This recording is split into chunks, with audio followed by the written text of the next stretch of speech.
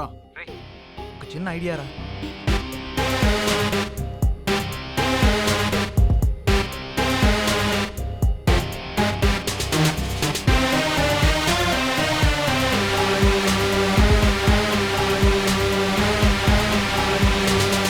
Excellent idea రా.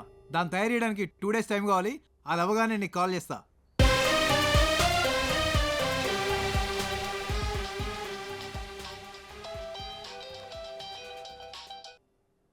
Hi రా. ఒరేయ్, నువ్వు చెప్పిన వర్క్ మొత్తం కంప్లీట్ అయిపోయింది. ఒకసారి ఎలా వర్క్ చేస్తుందో టెస్ట్ చేద్దాం. ఓ సూపర్ రా. నా ఫ్రెండ్కు థియేటర్ ఉంది. లొకేషన్ టైం షేర్ చేస్తాను, అక్కడికి వచ్చేయి. ఓకే థ్యాంక్స్ రా.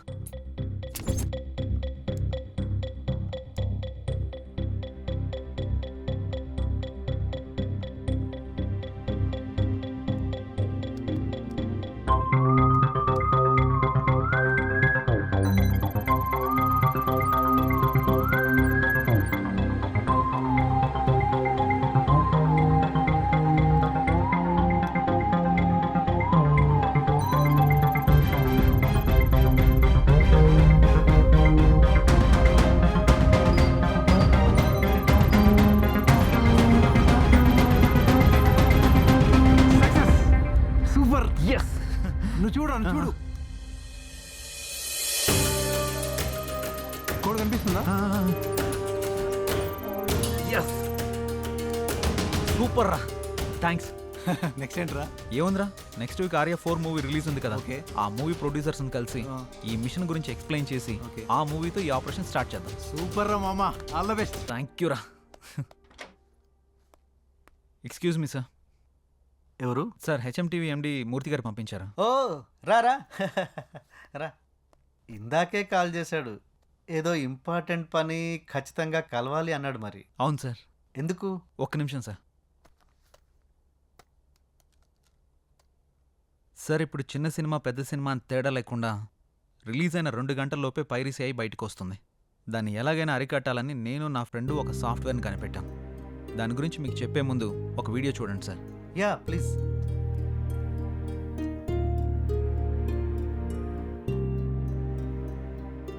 సార్ ఆ వీడియో పైన ఏదైనా కోడ్ కనపడుతుందా? లేదే. ఒకసారి ఇది పెట్టుకొని చూడండి సార్.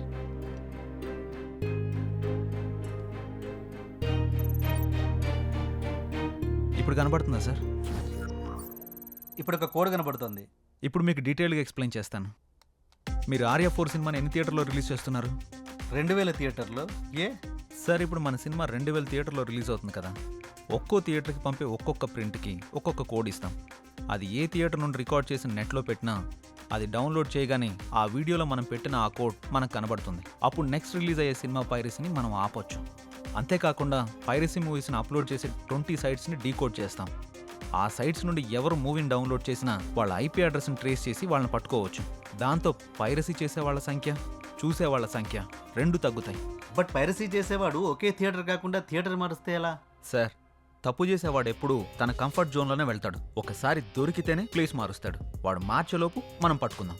ఒకవేళ ప్లేస్ మార్చినా తర్వాత సినిమాకి ఎలాగో దొరికిపోతాడు కదా సార్. Very good. నీ ఐడియా నాకు నచ్చింది. సినిమా వాళ్ళ కష్టాన్ని తెలుసుకుని ఇష్టంగా చేస్తున్నావు చూడు, ఆ ఐడియా ఇంకా నచ్చింది. నా సినిమాతోనే స్టార్ట్ చేద్దాం. రేపు క్యూబ్ అవుట్ తీస్తున్నాము, నువ్వు వచ్చి కోడ్ని ఫిక్స్ చేయి. Thank you sir.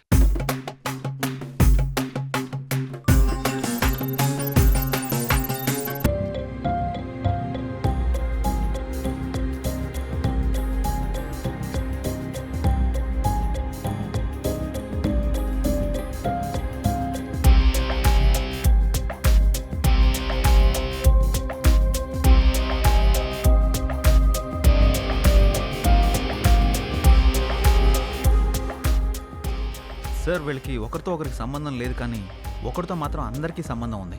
What? Sir వీళ్ళ కాల్ డేటా చూస్తే ఈ ఒక్క నంబర్ నుంచి మాత్రమే అందరికీ కాల్స్ వెళ్ళినట్టు ఉంది. వీడిని పట్టుకుంటే ఏదైనా క్లూ దొరకదు సార్. ఏది టివు?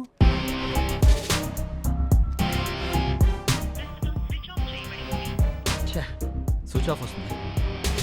సార్ నాకు ఈ నంబర్ కాంటాక్ట్ డీటెయిల్స్ దొరుకుతాయా? 1 అవర్లో పంపిస్తా. Okay sir, bye. Okay bye.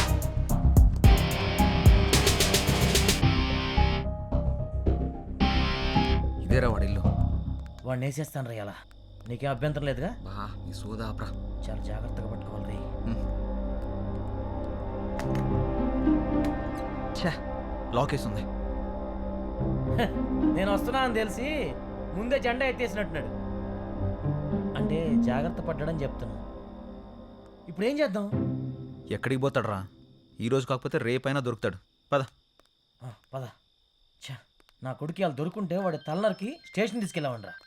రే,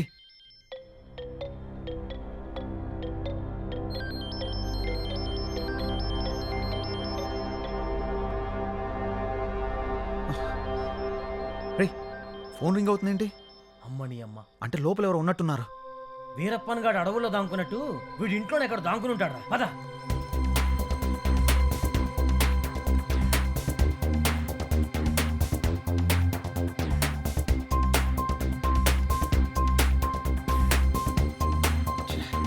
రే, ఇలా వెళ్దామా? ఇదే ఇది మనకు అలవాటైన పనే. జాగ్రత్త, సౌండ్ రాకుండా ఇక్కడ.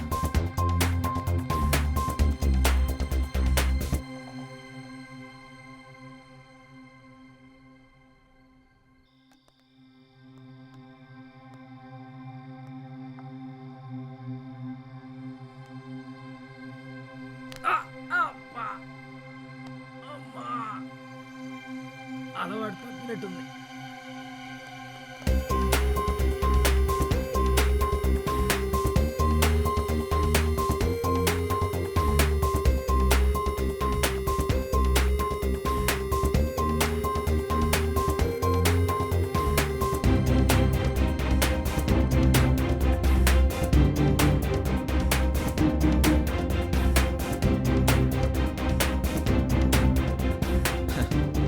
ఒక్కరే కూర్చొని తాగుతున్నారు. నేను కూడా కంపెనీ ఇస్తా. నా కంపెనీ అదిరిపోద్ది.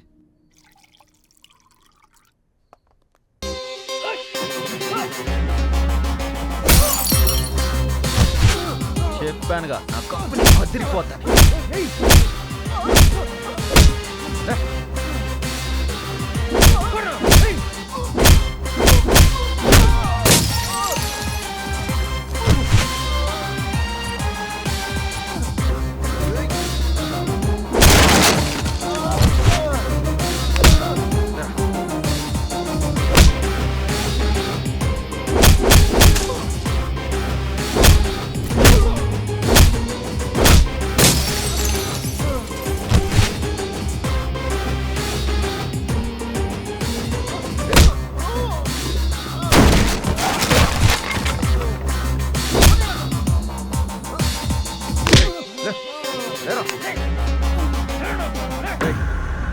నొప్పిగా ఉందా?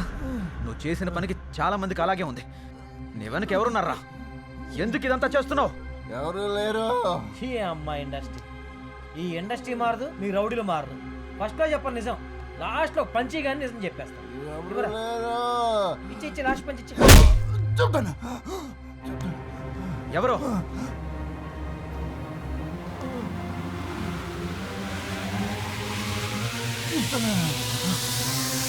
వీడా?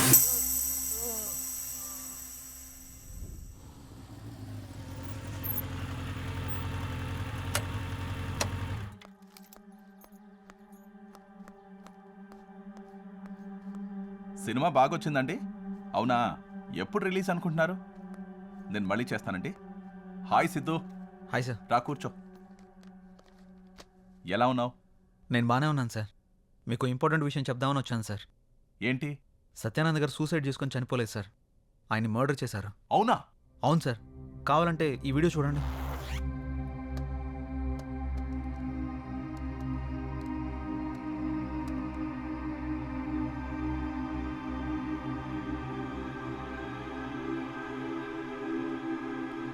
సార్, ఈరోజు సినిమా కలెక్షన్స్ మొత్తం పడిపోయాయి సార్. అసలు థియేటర్కి 30 మంది కూడా రాలేదు సార్. ఈ పైరసీ వల్ల సినిమా మొత్తం డ్యామేజ్ అయిపోయింది సార్. దీని వెనుక ఎవడున్నాడో చెప్పండి సార్. వాని నరికి పారేద్దాం సార్. సార్, ఎందుకురా నా సినిమా నాశనం చేసావు? సార్ ఏం మాట్లాడుతున్నారు సార్? నాకు తెలుసురా, నీ గురించి మొత్తం తెలిసింది. నా పక్కనే ఉంటూ నాకు వెన్నుపోటు పొడిచింది నువ్వు కాదు, ఆ పైరసీ ఎంత చేసింది నువ్వు కాదు. మొత్తం తెలుసుకున్నారా? ఎంతో మంది పోలీసులు పట్టుకొని నన్ను మీరు కనిపెట్టేశారు. మీరు గ్రేట్ సార్. అవును, ఈ సినిమా పైరసీ నేనే చేయించా. అన్ని సైట్లలో అప్లోడ్ చేయించా. ఈ ఒక్క మూవీయే కాదు, ఇప్పటి వరకు రిలీజ్ అయిన 60% మూవీస్ ని నేనే పైరసీ చేశా. ఈ ఇండస్ట్రీలోనే ఉంటూ ఇండస్ట్రీ పెద్దవాళ్లతో తిరుగుతూ నా వెనకాల పెద్ద సామ్రాజ్యాన్ని నడిపిస్తున్నా. రేయ్, ఘోరమైన తప్పులు చేసి గొప్పగా చెప్తున్నావా? నిన్ను ఊరికే వదలకూడదురా, పోలీసులకు పట్టేవాలి. సార్ అంత ఎమోషన్ అవ్వకండి. మీ హెల్త్ కంత మంచిది కాదు. నా గురించి మొత్తం తెలిసిపోయింది కాబట్టి నా బిజినెస్ లో పార్ట్నర్ అవ్వండి, మీకు షేర్ ఇస్తాను. రే, సినిమా ఒక అమ్మరా, నలుగురికి అన్నం పెట్టే కళామ తల్లి. నమ్ముకుని బతకాలి గాని నమ్మక ద్రోహం చేయకూడదురా. ద్రోహి, నువ్వు మామూలుగా చావురా, కుక్క చావు చేస్తావు. నా గురించి తెలిసిన వాళ్ళు ఉంటే నాతోనైనా ఉండాలి, లేదంటే ఈ భూమి మీద ఉండకూడదు. మీరెలాగూ ఉండనంటున్నారు కాబట్టి పైకి వెళ్ళి పైకి వెళ్ళి అక్కడ పైరసీ లేని సినిమా తీసుకోండి. పైరసీ లేని సినిమా తీయాలంటే ఇక్కడ కుదరదు. పైకి వెళ్ళి ట్రై చేసుకోండి. Happy journey.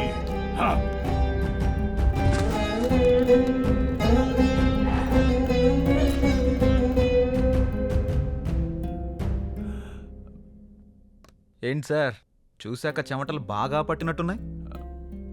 అబ్బబ్బబ్బబ్బబ్బ, ఏం యాక్టింగ్ చేశారు! ఇదే యాక్టింగ్ సినిమాలో చేసుంటే డెఫినెట్గా మీకు ఆస్కార్ అవార్డు వచ్చేది. Good, very good. నువ్వు కూడా భలే కనిపెట్టేశావు. నా గురించి తెలిసిన వాడు నాతోనైనా ఉండాలి, లేదంటే ఈ భూమి మీదే ఉండకూడదు. ఏది కావాలో డిసైడ్ చేసుకో. నాతో కలిసి పనిచేస్తే షేర్ ఇస్తాను. ఎంత ఇస్తారు? 20%. సరిపోదు. 30%. అస్సలు సరిపోదు. మరి ఎంత కావాలి? సార్, నాకైతే షేర్ ఇచ్చి మేనేజ్ చేద్దాం అనుకున్నారు. మీ వీడియోని లైవ్లో చూస్తున్న వాళ్ళకి ఎంత ఇచ్చి మేనేజ్ చేస్తారు? వాట్? షాక్ అయ్యారా?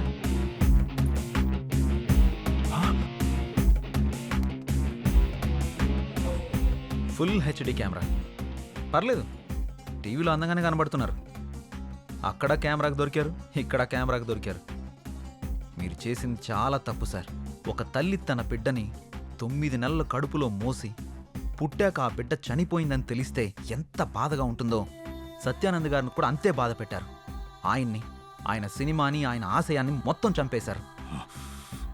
తప్పు, ఇది చాలా పెద్ద తప్పు. అలాంటి వాళ్ళు కాదు, మీలాంటి వాళ్ళకి ఈ భూమి మీద ఉండే అర్హతే లేదు.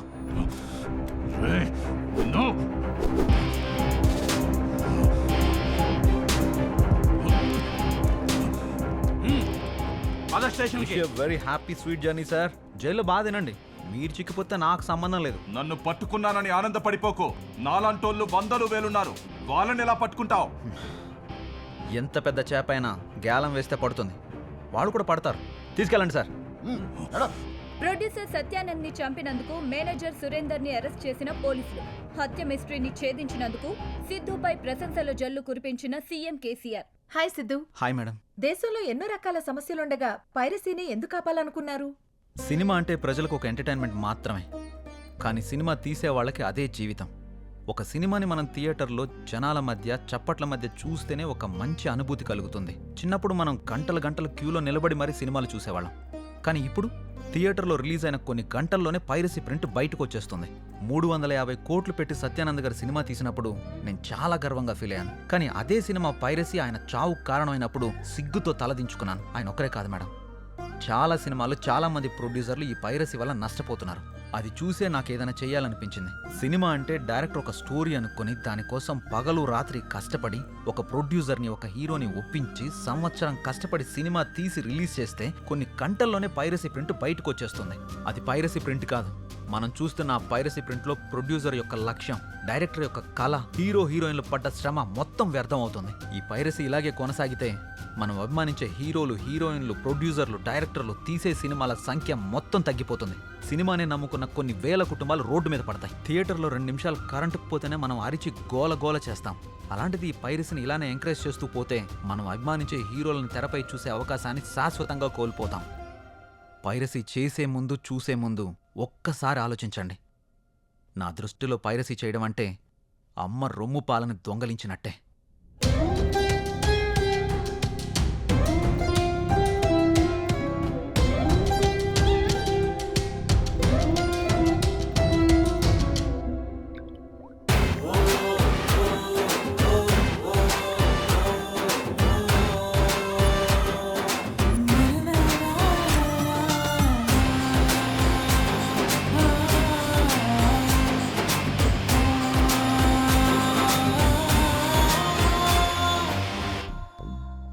రేయ్ ఏం చూస్తున్నావురా?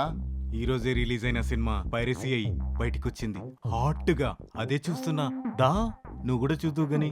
రేయ్ ఈ ఫోన్లో చూస్తే కంటికి సరిగా కనిపించదు, చెవులకు సరిగా వినపడదురా. టికెట్కి నేను డబ్బులు పెట్టుకుంటా, థియేటర్కి వెళ్ళి చూద్దాం రా. ఏంటి నువ్వు చూపిస్తావా? అవునరా. మరి దీంతో పనేముంది, పద. నేడే విడుదల అనగానే థియేటర్కి వచ్చి సినిమాని చూస్తూ మీరు కొట్టే చప్పట్లే మాకు ఆనందం, మీరు వేసే విజిల్సే మాకు ఆదర్శం. దయచేసి సినిమాని థియేటర్లోనే చూడండి. మరిన్ని మంచి చిత్రాలు రావడానికి మమ్మల్ని ప్రోత్సహించండి. 60 కోట్ల పైన బడ్జెట్ పెట్టి ఈ సినిమా రిలీజ్ చేస్తే కరెక్ట్గా రిలీజ్ ముందు వచ్చేసేటప్పటికి మా మొత్తం టీంలో నటుల్లో కానీ ఎంటైర్ టెక్నీషియన్స్లో కానీ ప్రొడ్యూసర్స్ కానీ డిస్ట్రిబ్యూటర్స్ ఎగ్జిబిటర్స్ అందరికీ లోపల విపరీతమైన బాధ, అందరు కుంగిపోయినారు. ఎలా తట్టుకోవాలో తెలియదు. ఇంక ఒకసారి బయటికి వెళ్తే ఇంక సినిమాని ఇంకెవరు చూడరు. సినీ పరిశ్రమకు క్యాన్సర్లా తయారైనటువంటి ఈ పైరసీని అరికడదాం, పరిశ్రమని రక్షించుకుందాం. Piracy is a crime, kill piracy. మా వస్తువుని మా ఇష్టం లేకుండా మా దొంగతనం చేసి ఇంకొకరికి అమ్మేయటాన్ని పైరసీ అంటారు. దయచేసి మా వస్తువుల్ని, మా సినిమాని, మా మేధస్సుని దొంగతనం చేయమాక. We'll try our best to control piracy. I also request the audience to go watch it in the theater. Piracy భూతాన్ని చంపండి. తెలుగు ఇండస్ట్రీని ఆదుకోవడంలో మీ ప్రయత్నాన్ని మీరు చేయండి. Kill piracy. సమాజం మారాలని గుండెలు బాదుకుంటే సరిపోదు, మనం మారాలి. Kill piracy. నిజంగా సినిమాలను ప్రేమించే వాళ్ళు ఒక్కటి గుర్తుపెట్టుకోండి. పైరసీ చూడాలనుకున్నప్పుడు తల్లి పాలని రొమ్ము కోసి ప్రయత్నించొద్దు. మీరు పైరసీలో చూస్తే తల్లి రొమ్ము కోసినట్టు. మేమందరం అటువంటి పరిస్థితుల్లో ఉన్నాం. ఇది ఒకటి మీరు గుర్తుపెట్టుకోండి. పైరసీ చూసే ముందు మీరు తల్లి రొమ్మును కోస్తున్నారు అన్నమాట. పైరసీ అనేది బేసిక్గా దొంగతనం అండి. దొంగతనం అంటే ఇంటికి వచ్చిన డబ్బులు దోచుకెళ్తారు. ఇక్కడ పైరసీ ఏంటంటే ఇంటికి రావాల్సిన డబ్బులు దోచుకెళ్తున్నారు. So please let's all come together and say no to piracy. Thank you. పైరసీని చంపండి, మా ఇండస్ట్రీని కాపాడండి. కల్తీ నీటిని మనం తాగాలనుకోం, కల్తీ తిండిని మనం తినాలనుకోం. అలాంటిది కల్తీ వినోదం మనకి ఎందుకు? ఇదే వృత్తి మీద ఆధారపడ్డ చాలామందికి బతుకుతారు కూడా సమస్యగా మారుతుంది. So please kill piracy. పైరసీని ఎంకరేజ్ చేయడం మహాపాపం అండి. Pray with open heart, with wet eyes and folded hands. Please watch cinemas, fill movies in cinemas. ఏంటిలా వచ్చావు? సారీ సారీ వినబట్లేదు. సారీ వినబట్లేదు. మరి ఇంకెలా చెప్పాలి? ఇలానా? ఇలా చెప్పాలి.